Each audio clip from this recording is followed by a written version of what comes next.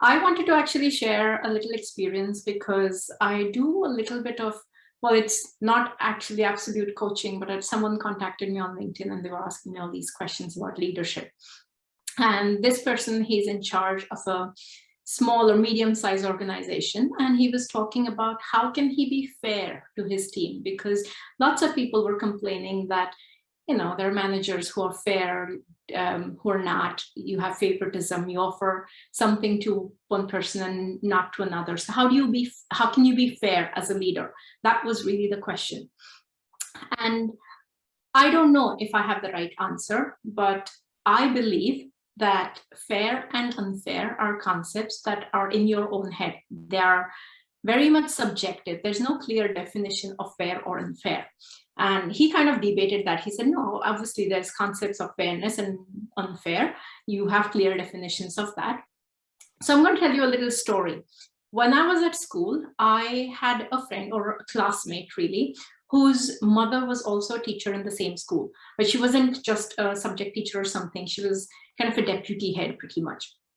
Now, knowing that her mother is the deputy head of the school, all the other teachers kind of treated her in a favored way, in one way or the other. I mean, she was the favorite class pet or whatever.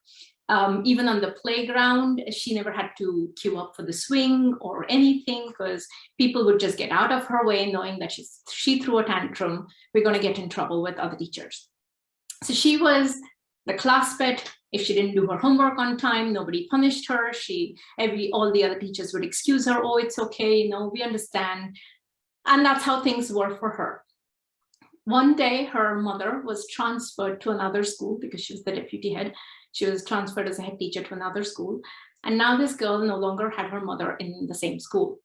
A lot of teachers were changed that year. So the new staff who came in, they didn't know that she was anybody's daughter. So she was treated like all other children from that year on. She had to submit her homework on time. If she didn't, she was punished just like everybody else. She had to participate in the class, be normal, I would say, and in the playground had to queue up for the playground equipment, just like everybody else. And one day she came to me and she said, oh, this is so unfair. Life is not fair. And that's when I realized, hang on a second, it was actually unfair all these years when your mother was here and you were the favorite. Now things are actually fair, but she considered them unfair. So fairness and unfairness are concepts that you create for yourself. But then when I was having this discussion, this person still argued, no, but there's some absolutes, right? And I'm going to give you another example of an absolute. So on Tuesday, I met with a LinkedIn contact of mine who was a Navy pilot. So he was in the Navy, and only few countries have aircraft carriers. So he used to fly the aircraft that belonged to the Navy, not the Air Force. Now, one of his crucial jobs was as a minesweeper. So in the ocean where the enemies plant bombs, he would go and look for those bombs. And I was like, oh my God, that is a risky job. And I just jokingly said, your insurance policy must cost a fortune. And you know what he said? I don't have an insurance policy. Now, how many of you here don't have an insurance policy? I mean, I have an insurance policy. So I was like, hang on a second, you don't have an insurance policy? Are you like stupid or what? So he said, no, we can't get an insurance policy. No insurance company would sell us a policy. And I was really shocked at that, because I thought, you can get an insurance policy. And in fact, if I were an insurance company owner, people who are serving the country, putting their own safety at risk to protect me and my family, I would give it to them for free. Here, it's on the house. But no. These people in the armed forces who serve their life for the country have nothing from the insurance company or the finance support in the country.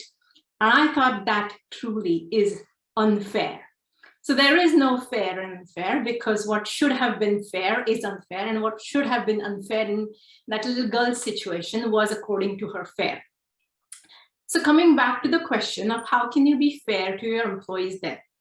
I said to him, there is no concept of fair and unfair, because what is fair for one is unfair for another. So what you can do is focus on individual needs. because every individual has different life circumstances, and based on their needs, you can support them. I'm going to quickly share my screen. I don't know if I can. Yeah, I can, I suppose. So this is fairness, equality, okay? There's a fence, everyone wants to look at the game, and everyone's got this one little same size box to stand on, and that's fair. But in reality, I don't think that's fair. This is equality, but it's not fair. Now, if we go on to this is equity.